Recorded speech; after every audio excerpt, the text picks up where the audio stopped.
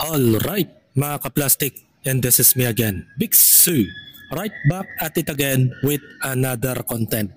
At tatalakayin po natin dito yung tungkol dito sa nagbabiral sa social media na kung saan ay si Mike Romero, ang isang vlogger na maka DDS, mga kaplastic.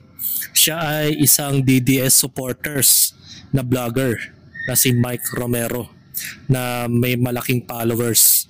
At nag-post siya recently sa kanyang mga posts naglagay siya ng caption na headshot with the plug at naka-pointing yung Pangulo. So napaka-foul yun, mga ka-plastic, para sa isang individual na tumitira sa ating bansa. So ikaw ay social media influencer, mga ka-plastic, ay responsibility nyo. Paulit-ulit ko itong sinasabi. Responsibility ninyo na magsalita kayo ng dahan-dahan at maging behave kayo sa kung ano man ang pwedeng mangyari sa inyo after nyong may post sa social media yung mga ganitong klaseng alam ninyong ikakapahamak ninyo. So sabi dito sa post ng GMA News ay lalaki, kasi hindi na binanggit lalaki daw pero nilagay ng pangalan niya Mike Romero. Sa ibang mga media mainstream na post, binura yung mismong account na Mike Romero. Pero hanggang ngayon, hindi naman naka-deactivate yung mismong Facebook account ni Mike Romero. I-search nyo na lang po. At ang nakalagay dito sa caption ng GMA Public Affairs, lalaki inaresto dahil sa post laban kay Presidente Bongbong Marcos. Inaresto ng NBI content creator na si Mike Romero matapos mag-post ng larawan na may caption na headshot at arrow na nakaturo mismo mula sa salitang bogo papunta kay Pangulong Bongbong Marcos. So kasi ang bogo kasi isang lugar yon sa probinsya, mga ka-plastic. Pero sa ibang term, isang kabastusan yon. Ang bogo kasi sa Tagalog isang gago o walang alam o bobo, ganon. Yan yung meaning nun, mga ka-plastic. So panoorin natin kasi hindi lang naman po tinitira ni Mike Romero, even ng mga kapwa vlogger niya na si Ballpoint Man, mga ka-plastic. Isang social media influencer din to na maka DDS at BBM, mga ka-plastic. At may 101,000 followers na po si Ballpoint Man. Halos kasabayan ko lang to sa industry ng vlogging. Pero mas nauna siyang sumikat kasi nga marami siyang tricks about sa pagpapalaki ng views. Kaya hindi ko naitanong sa kanya kung paano lumaki ang kanyang followers at ang views ng mga araw na yon. Baga, tinira ni Mike Romero din to si Ballpoint Man. Ang lakas ng loob nagmamalaki siya. Sabi niya dito sa post, sinong nakakakilala nito? Complete name, complete address, help me to find this person. At saan nagtatrabaho? Di niya alam, si Ballpoint Man ay isang content creator din. At wala po siyang management o nagmamanage sa kanya. So which is isa siyang vlogger na kagaya lang din ni Mike Romero. Ito yung mga post niya, mga ka-plastic. Si Mike Romero, isang content creator na bugok na tinira niya si PBBM. Sabi niya dito, pop singer daw siya, DDS supporter since 2014. Technology device expert. May mga post din siya na karamihan na mga shared, hindi mismong content niya. Yeah. Puro mga mga anti-corruption, mga ganon, politics issue. Yan ang lagi niyang inaano. Even ng mga DDS tinitira niya, mga ka-plastic. So sa pagmamalaki niya, ito ang kinahantungan niya. Pero bago yon, nag-opinion din si Ballpoint Man about dito kay Mike Romero. So panoorin natin yung sinabi ni Ballpoint Man about dito sa rebat na gusto siyang tirahin ni Mike Romero. Na nakatutok kay Pangulong Bongbong Marcos. Basahin po natin ito. So ayan, si Mike Romero po ay inaresto na ng NBI. Ito yung gustong ma-headshot si PBBM. Pinost niya kasi yung Pangulo Tapos may caption siya, headshot daw, tapos may arrow na nakatutok kay Pangulong Bongbong Marcos. Basahin po natin ito. Just in, Mike Romero na nagpost ng larawan ni Pangulong Ferdinand R. Marcos Jr. na may caption na headshot, na-aresto na ng NBI. Ano na yan? Mike Romero, yabang mo kasi. Alam nyo mga pre, nung kinontent ko po ito, marami pong nag-content ulit sa Facebook. So, nag-viral po talaga siya. At ayun, nabigyan po ng atensyon itong si Mike Romero. Ang yabang-yabang kasi. Sino pang gustong sumunod? Baka may gusto pang sumunod sa inyo. Aba, huwag natatanga-tanga sa susunod ha. Kami nga, kahit ayaw namin dyan kay Lustay, hindi naman namin yan pinagbabantaan. Dapat nag-focus lang kayo sa issue. Hindi yung gigil na gigil kayo at ikakapahamak nyo naman. So, kawawa ka Mike Romero. Ako, hinahanap mo ako. Nag-message ako sa iyo pero hindi ka nag-reply. Kaya pala, hindi ka nagre-reply dahil nahuhuli ka na pala ng NBI. Kawawa naman ang pamilya nito. Alam mo, Mike Romero, deserve mo yan. Kulangot ka lang kasi. Siya, mag-relax ka muna sa kulungan ha. Total idol mo naman si Digong. Di, mabulok muna kayong dalawa dyan. Diba? Baga, nangyari dito is karma. Yung ginawa ni Mike Romero kay Ballpoint Man. Kasi akala niya kasi hindi siya papatulan ng gobyerno when it comes sa pagganitong mga bagay. Kasi parang ini-encourage mo kasi na mga tao na magalit sa Pangulo at magbanta. Kasi magkokosto ng Dunning-Kruger report. Na halimbawa, nag-post ka ng isang mga bagay na pagbabanta sa isang ating leader ng bansa, even na hindi mo gusto ang kanyang sistema, hindi mo pwedeng isa publiko yung sama ng loob mo, yung galit mo. It turns to threatening someone like president, 'di ba?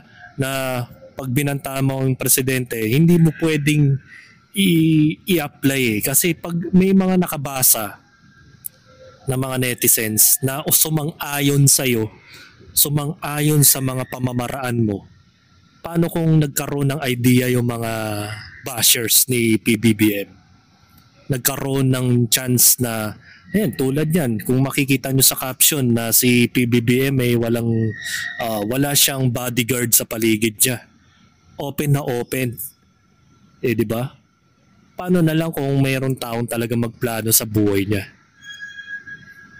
Let's say, kung hindi mo man siya ginawa, pwedeng ikaw ang pagbintangan kasi ikaw yung nag-post 'di ba? Hindi pagdiktadorya ang ginawa ni Bongbong Marcos Jr. dito. Ang pino-point of view dito is wag nating i-considerate na pabayaan na lang yung mga ganitong bagay. Na may possibility na pwedeng magkaroon ng idea yung mga galit sa administrasyon at patayin na lang siya without knowing. Kahit hindi ikaw yung gumawa. Kasi in-encourage mo yung tao. Kaya bawal na bawal yun. Sarili mong leader ng bansa, gaganyanin mo. 'Di ba? Even na may ginawang korupsyon yan. 'Di ba? Wala tayong magagawa kundi respetuhin na lang natin at saka natin i-criticize yung mga ginawa niyang kasalanan. Mga ka-plastic. Yan tuloy, nakarma ka tuloy, pinagtawanan ka tuloy ni Ballpoint Man. Dahil tinira mo siya dahil gusto mo makita yung lokasyon niya at kung saan siya nagtatrabaho. Ngayon, nag-chat naman si Ballpoint Man pero hindi naman niya nireplyan dahil nabalitaan niya na nakakulong na po ang pobreng si Mike Romero. Ito po siya. Yung about talaga sa post, hindi ko po talaga alam na gagawa ng ibang ibig sabihin sa iba. Kasi sa amin, kaya ang sabi ko wala akong kasalanan kasi actually first nun is upload ko lang po yung download ko lang po yung image na yun. Tapos yung arrow na nakalagay doon, galing doon sa sa word na Bugo, yung Bugo City. Sa amin kasi Bisaya kasi kami. Sa Bisaya kasi yung Bugo, pag sa Tagalog Bobo. Sa Tagalog. O, diba? Yung ako alam mo yun naman, diba? Ikaw na mismo nagsabi na ang bogo in Tagalog bobo.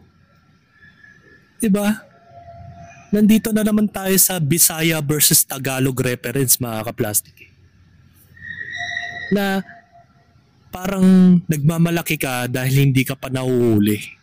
Ngayon, nung nahuli ka na, parang sinasabi mo, nire-represent mo yung lugar mo.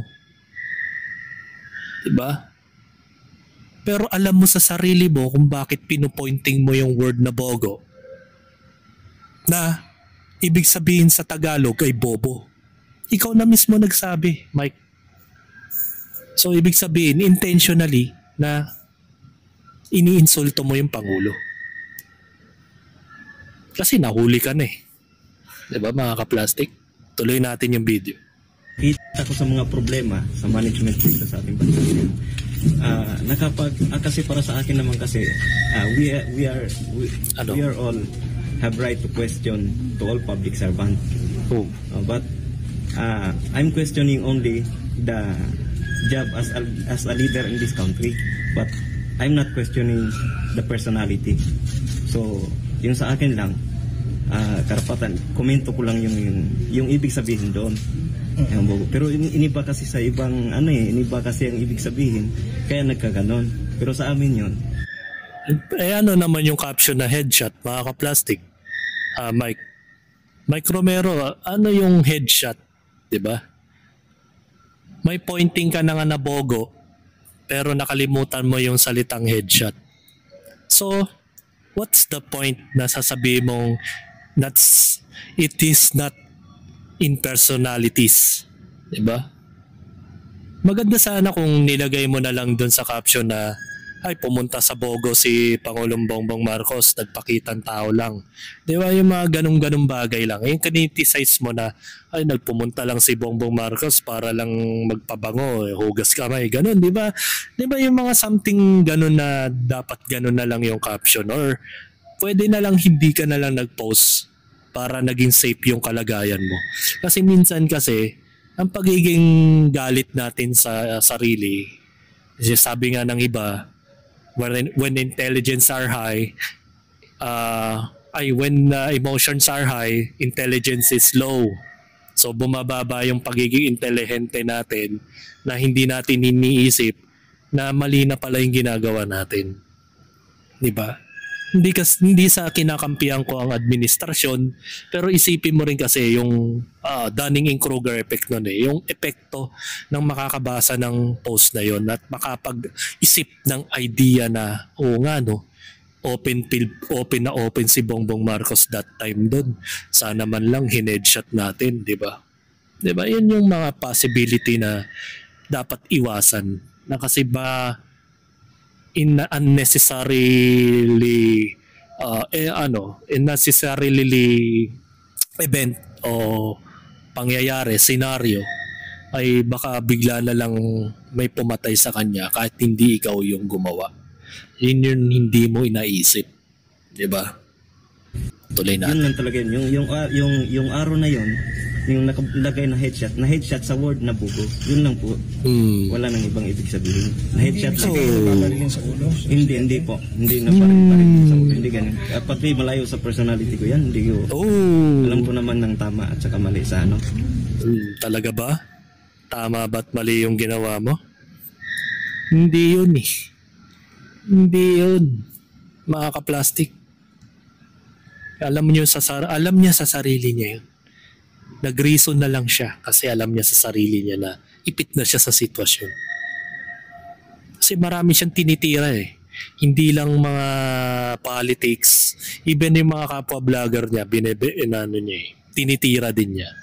Baga hindi ko alam kung for the sake of views ang ng kanyang layunin, nagpapapansin siya. Hindi niya kasi iniisip yung pwedeng mangyari sa kanya. After he post the devastating in his life post. Diba? Sa mga bali yung araw lang na yon napupunta kay sa presidente natin is galing doon sa word na bugo. Yun lang yan, yung bugo sa amin kasi Ooh. Sa Bisaya, sa Tagalog, bobo. Yun lang yun. Bakit mo nasabi yan, sir? Diba alam mo? Na ano ko lang yun sa mga nangyayari ngayon, yung mga nangyayari ngayon na problema. Kaya, pero hanggang doon lang po yun. Hindi talaga, ano na, komento ko lang yun. Komento lang. As a leader in this country, yun lang po yun. Pero hindi sa personality. Meron ka bang gusto? Nayat. Hindi yan yung exactly na pwede mong ipaiwatig. Diba? Hindi yan yung exactly mga ka-plastic. Siyempre, nahuli ka na eh. Maghuhugas kamay ka na lang na alam mo sa sarili mo kung anong pwede mong gawin. O pwede mong ipalusot. Pero huli na ang lahat eh. Nahuli ka na. Nakulong ka na. At pwede ka nang kasuhan ng cyber crime, cyber libel, o death threat, diba, mga ka-plastic. So may mensahe po siya. Ito yung huling question sa kanya ng nag-interview. Ipahatid ng mensahe. Kasi sir, nga ito, pero para sa akin po, naghihingi po ako ng pasensya na iba po yung ibig sabihin may mga nagpakalat na gano'n at saka yung may mga baril-baril. Hindi na po sa akin yun. Wala po akong ganyan. O na nagsabi nun. Datingan or ano. Yung sa akin lang, yung image na yun lang talaga na komento ko lang. Ang meaning kasi nung image, parang nagkomento lang ako sa nangyayari ngayon. Yun lang po. Parang paulit-ulit na daw kasi, sabi ni Director. Yun lang po talaga ang ano ko kasi lahat po ako busy po kasi ako halos lahat ng ko mga na-upload is galing lang po sa download ko mga nasa social media po yung lahat. Wala akong masyadong rating. Meron man akong mga own talaga na po sa aking account, yung mga text lang na sarili kong bilang komento lang din yun sa mga nangyayari. Meron ka bang baril, sir, sa bahay? Wala talaga akong mga ganun. In the past, meron kang pag-aaral na armas? Wala rin. Meron kang background na pagka-police o law enforcement? Wala po. Force military? Wala. Okay, speech po. Please, I have got this one. Ayun. Wala siyang baril. Siyempre, sasabihin niya wala. Pero malalaman naman yan eh. Once na i-trace ng PNP kung meron siyang nakarehistrong baril. Or else, halugugin ng kanyang bahay. Kasi may times din talaga na mangyayari na sasabihin lang niya na wala siyang armas. At komento lang daw. Komento ba yan? Yung posting at threatening a president. Diba? President of the Philippines. So kahit masama man yung kanyang imahe o may ginawa siyang mali para sa iyo sa mga taong bayan, irespeto na lang natin. Hayaan mo na lang ang due process ng batas ang tatalakay sa kanya kung paano siya Pero yun na nga, sabi ng mga commenters, buhaya dumadami pero yung dilis lang ang nauhuli. Yung dilis kasi DDS eh. DDLIS. Yeah. Yung totoo naman. Kasi ngayon nga sa mga oras na ito, nagpapalitan na sila ng mga sa Blue Ribbon Committee ng mga opisyales at inaharanan na si Rapi Tulfo, si Ontiveros at kung sino-sino pa na pwedeng ipapalit dun sa Blue Ribbon Committee. So nangyayari dito is parang mawawala na talaga ng gana yung batas o yung kaso sa flood control project, mga ka-plastic. So yun ang pangyayari na ikinababahala ng mga taong bayan na darating yung panahon na malalabnaw na yung kaso, wala pa rin nakukulong na senador, artista, kongresista at mga kontraktor. Kasi ang nangyayari is parang binabalasan na lang yung mga tao dyan at marami nagsisipag-resign dahil alam nila na sila ay sangkot din sa mga korupsyon ng flood control. So wala na tayong magagawa doon. In the other hand, sila pa rin ang humahawak ng sitwasyon at bandang uli sila pa rin ang panalo at hindi yung taong bayan. So hanggang dito na lang ang aking opinion, and this is me again, Big Sue, lagi nagsasabing ang mga plastic ay matagal babulok dahil ang mga plastic ay toxic. Kaya what's up mga ka-plastic? And this is Combid Commentary Video ng Video Live Stream. Signing out. All right. Mga kaplastik, kung nagustuhan nyo ang aking video, isubscribe nyo lang ang aking channel. At the same time, i-hit nyo rin ang notification bell at yung all para ma-notify kayo sa aking susunod ko pang video sa aking YouTube channel. Maraming salamat po, mga kaplastik.